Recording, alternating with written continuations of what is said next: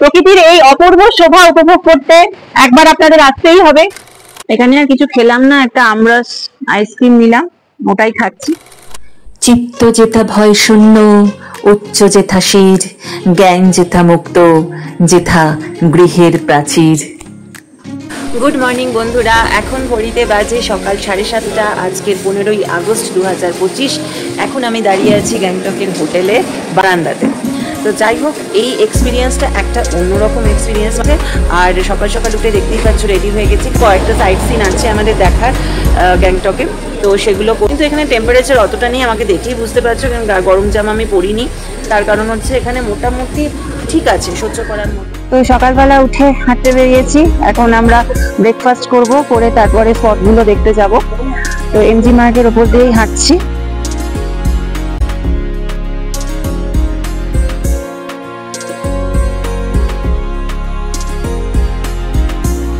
চিত্ত যেথা ভয় শূন্য, উচ্চ যেথা শির, জ্ঞান যেথা মুক্ত, যেথা গৃহের প্রাচীর। আপন প্রাঙ্গণ তলে দিবস সর্বরি, বসুধারে রাখে নাহি খণ্ড ক্ষুদ্র করি। প্রকৃতির এরকম নৈসর্গিক শোভা দেখে রবীন্দ্রনাথ ঠাকুরের এই কবিতার কথা মনে পড়ে গেল। অপূর্ব এই প্রকৃতি, সুন্দর সুন্দর তুমি। যাই হোক, বেরিয়ে পড়লাম এনজে মনাস্ট্রির দিকে, গ্যাংটকের অন্যতম দর্শনীয় স্থান। 1909 সালে উত্তর পূর্ব ভারতের সিকিমের রাজধানী গ্যাংটকের ওপরে এনজে মঠটি প্রতিষ্ঠিত হয়েছিল। এটি বজ্রযান বৌদ্ধ ধর্মের নিম্মা সম্প্রদায়ের অন্তর্গত। গ্যাংটকের তৎকালীন ছোট্ট গ্রামকে ঘিরে নির্মিত এই মঠটি একটি ধর্মীয় কেন্দ্রে পরিণত হয়েছিল। এনজে মঠের আক্ষরিক অর্থ হল একক মঠ। একটি কিংবদন্তি আছে, গুরু পদ্মসম্ভব এখানে খাংচেন জোঙ্গা, ইয়াপদিয়ান এবং মহাকালদের আত্মাদের দমন করেছিলেন। এই কিংবদন্তির পরিপ্রেক্ষিতে গ্যাংটকের প্রতিটি বাড়িতে এনজে মঠের ধর্মীয় তাৎপর্য গভীরভাবে প্রথিত। এটাও বিশ্বাস করা হয় যে এই শক্তিশালী দেবতারা সদা সর্বদা ভক্তদের ইচ্ছা পূরণ করে থাকেন।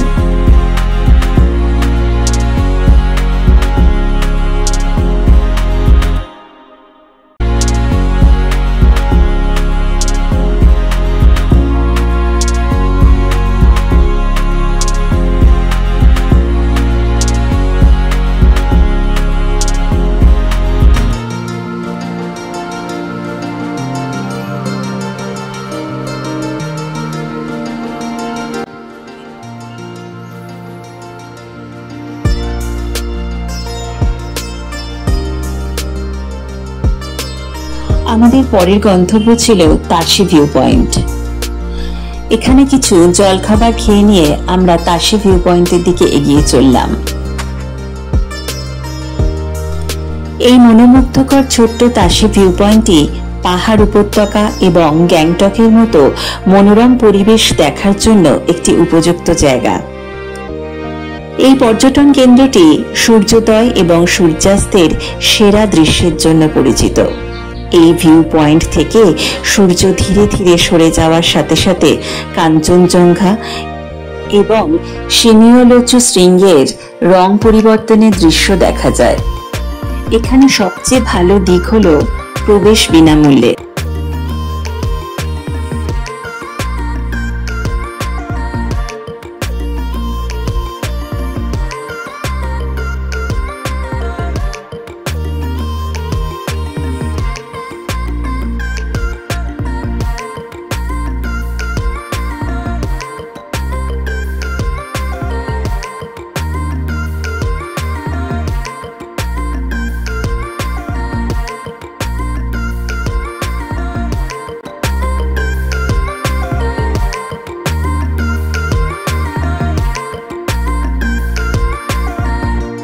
গুঞ্জন মনাস্ট্রি, এই দেখুন, এখান দিয়ে যেতে হয়, এখানে টিকিট কাটতে হয় এই মনাস্ট্রিটার ভেতরে। আপনার মেন অ্যাডাল্টস হচ্ছে আপনার 10 টাকা করে, আর চিলড্রেন মানে বিলো 10 হচ্ছে ফ্রি। এই যে দেখুন লেখা আছে এখানে, এই যে আর এই দেখুন, এটা ওপেনিং টাইম হচ্ছে 7টা, সকাল 7টা, ক্লোজিং টাইম বিকেল 5:30। আচ্ছা, 5:30টার পর কিন্তু আর কোনো ভিজিটার অ্যালাউ করা হয় না। এই যে মনাস্ট্রিটার ভেতরে আমরা আর যাচ্ছি না, আপনাদের এরকম ভাবে দেখিয়ে দিচ্ছি, ঠিক আছে, কারণ অনেকটাই লেট হয়ে গেছে। এই যে মনাস্ট্রিটা, এখানে আমরা যাচ্ছি না, আপনাদের এখান থেকেই দেখিয়ে দিচ্ছি, ঠিক আছে। চলুন নেক্সট স্পটে যাওয়া যাক।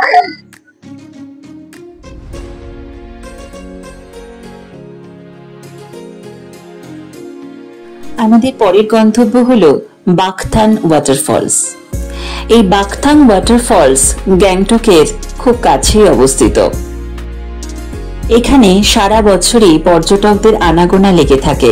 ঝর্ণার শীতল জল আর সবুজ প্রকৃতির মনোমুগ্ধকর পরিবেশে সবাই মুগ্ধ হন।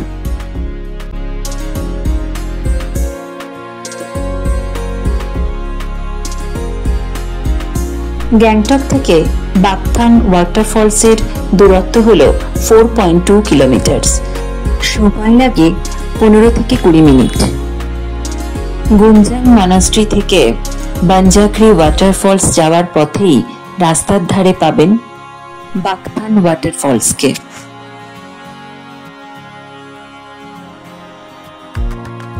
আর এই জলপ্রপাতের সামনেই নানা রকমের ড্রেস ভাড়া পাওয়া যায়। আপনারা ইচ্ছা করলে এই ড্রেস পরে কিন্তু ফটোশুট করতেই পারেন।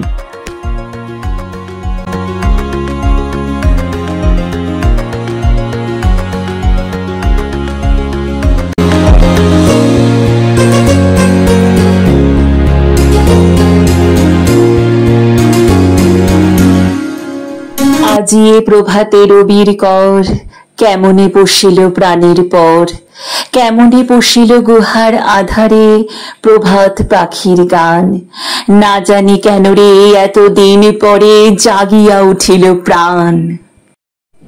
যেখানে পাহাড়ের হৃদয় থেকে ঝরে পড়ে আনন্দ, তাকেই হয়তো বলে এই জলপ্রপাত। প্রকৃতির নীরব সৌন্দর্য যা মন কেড়ে নেয়। জলপ্রপাতের শব্দ প্রকৃতির সবচেয়ে সুন্দর সুর। আমাদের পরের গন্তব্য বাঞ্জাক্রি ওয়াটারফলস।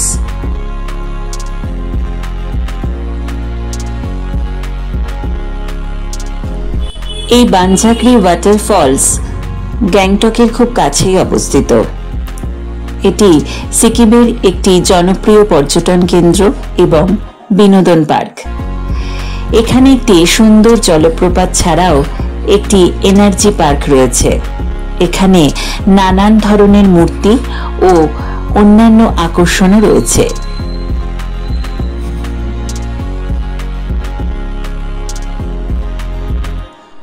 এই পার্কটি ঝাঁকড়ি বা ঐতিহ্যবাহী সামানিক চিকিৎসকদের জীবন এবং তাদের জলপ্রপাতের আশেপাশে বসবাসকারী আত্মাদের পুজো করবার ধারণার উপর ভিত্তি করেই তৈরি হয়েছে। এই পার্কটি মোটামুটি ভাবে সকাল 8টা থেকে সন্ধে 6টা পর্যন্ত। এখানে দেখতেই পাচ্ছেন খেলার অনেক সরঞ্জাম আছে বাচ্চাদের, নানা রকম এন্টারটেনমেন্টের জায়গা রয়েছে। এই যে দেখুন, নানা রকমের, বাচ্চারা এলে বোর হবে না, একটু বলতে পারি। এই যে ওপর থেকে ভিউটা, এই যে এখানে বসার জায়গাও আছে, আপনারা চাইলে বসতেও পারেন। বয়স্ক মানুষ যদি কেউ আসেন, এতটা সিঁড়ি ওঠার পর নিশ্চয়ই ক্লান্ত হয়ে যাবেন, তখন এখানে বসার জায়গা আছে। এখানে আর একটা আছে সেলফি পয়েন্ট, এখানে একটা সেলফি পয়েন্ট আছে। এই যে দেখুন, এই যে সেলফি পয়েন্ট আছে, এখানে বসে আপনারা ছবি তুলতে পারেন। এই যে ওপর থেকে ভিউটা এরকম লাগছে। এই যে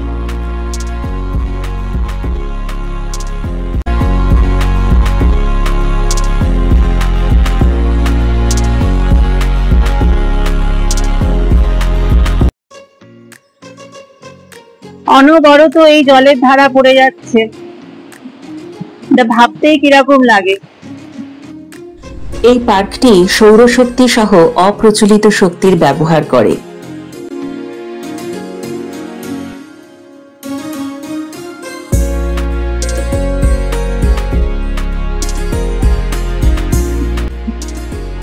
মানজাকরি ওয়াটারফলসে আপনারা আসুন, আমি চাই আপনারা একবার অন্তত পক্ষে আসুন।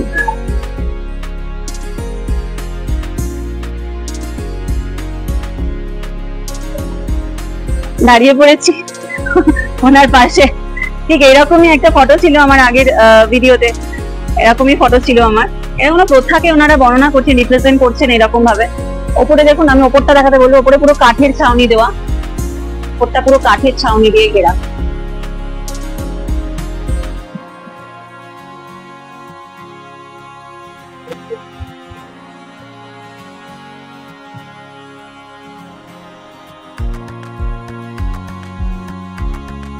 এখানে বোটিং এরও ব্যবস্থা আছে, পার পার্সন 100 টাকা করে।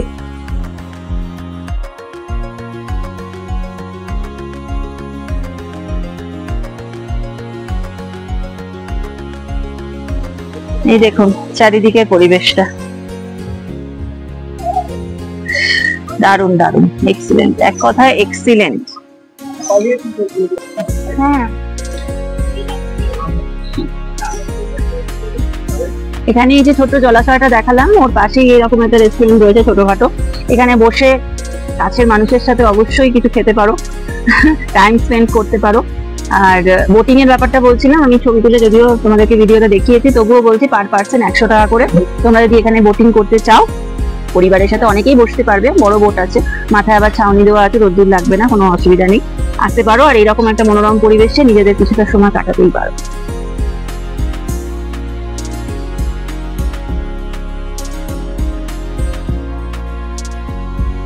তো ওই যে ওই জায়গাটা ওপরে, ওই জায়গাটাতে আপনাদের যেতে হবে, ওটা সবার ওপরে। ওইখান থেকে গেলে আপনি ঝর্ণাটাকে ভালোভাবে দেখতে পারবেন, কিন্তু আমার মায়ের শারীরিক একটু অসুবিধার জন্য আমরা যেতে পারলাম না ওই ওপরটাতে। তো ওই জায়গাটা হচ্ছে লাস্ট পয়েন্ট, ওটার ওপর আর ওঠা যায় না, ঠিক আছে? ওখান থেকে পুরো ডাইরেক্ট ঝর্ণাটাকে আপনারা, মানে ওয়াটারফলসটাকে আপনারা দেখতে পাবেন। এই যে ফোর্সে নামছে, দেখুন এই যে জলের কি ফোর্স আপনারা দেখুন শুধু। এই যে অনবরত বয়ে চলেছে পাগলের মতন, সত্যি প্রকৃতি বোধহয় এরকমই।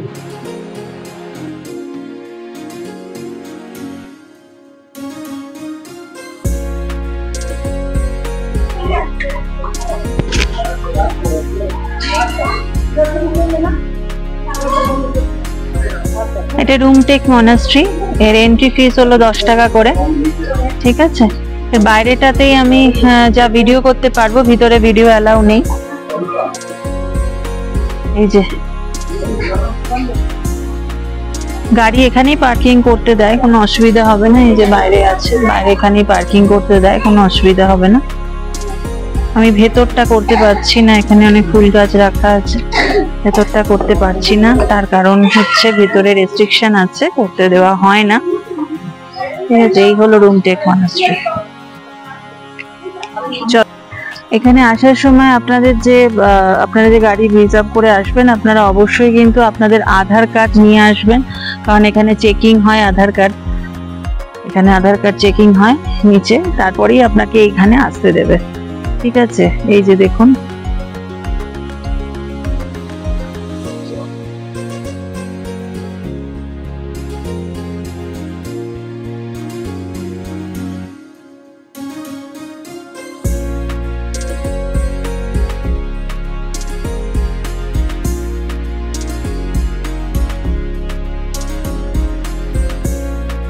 সিকিমের জনপ্রিয় অত্যাশ্চর্য উপাসনালয়গুলির মধ্যে একটি হল রুমটেক মনাস্ট্রি। 4900 ফুটের অবিশ্বাস্য উচ্চতায় অবস্থিত এই রুমটেক মনাস্ট্রি। সেপ্টেম্বর থেকে জুন হল রুমটেক মনাস্ট্রি দেখার সেরা সময়। আবহাওয়া এখানকার খুবই আরামদায়ক। এই মনাস্ট্রি শীতকালে সকাল 10টা থেকে বিকেল 5টা পর্যন্ত এবং গ্রীষ্মকালে সকাল 8টা থেকে বিকেল 5টা পর্যন্ত খোলা থাকে। 1700 দশকের মাঝামাঝি সময়ে নির্মিত রুমটেক মনাস্ট্রিটি চাংচুপ দোরজের নির্দেশনায় নির্মিত হয়েছিল। দেখুন ভিতরে ওনাদের প্রার্থনা চলছিল, তো এখন এবার প্রার্থনা বোধহয় শেষ হলো, এবার ওনাদের মিউজিকটা আসছে, দেখুন কতটা আমি নিতে মানে আপনাদের সাথে শেয়ার করতে চাই না। তবে দেখুন আওয়াজটা ঠিক আসছে, ওরা ভেতরে একটা মিউজিক বাজাচ্ছে, ওনাদের প্রার্থনা শেষ হলো। ভিতরে যেহেতু ক্যামেরা অ্যালাউ নেই বলে আমি দৌড়তে পারিনি, তো বাইরে থেকে আওয়াজটা যথেষ্ট স্পষ্টভাবে শোনা যাচ্ছে। দেখুন প্রার্থনা শেষ হলো ওদের।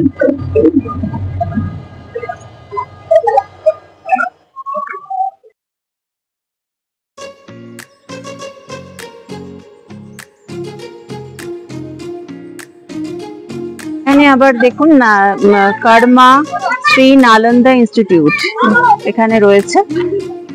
আর এই যে ছোট ছোট শিশুরা খেলা করছে। আর এই দিক দিয়ে ভিউটা আপনাদের দেখাচ্ছি, এই ভিউটা অসাধারণ ভিউটা। এই যে পাহাড়ের কোলে এরকম ভাবে বাড়ি, হ্যাঁ তো ভাবাই যায় না। এই দেখুন, ওহ দারুণ দারুণ অসাধারণ, ভাষায় প্রকাশ করাই যাচ্ছে না। এই দেখুন, এই দেখুন, এই যে এই হলো মনাস্ট্রি, রুমটেক মনাস্ট্রি।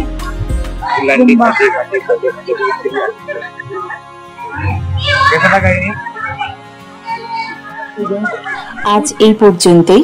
আগামী পর্বে থাকছে নতুন চমক। আর আজকের ভিডিওটা যদি ভালো লেগে থাকে তাহলে প্লিজ সাবস্ক্রাইব করবেন এবং লাইক, শেয়ার এবং কমেন্ট করবেন।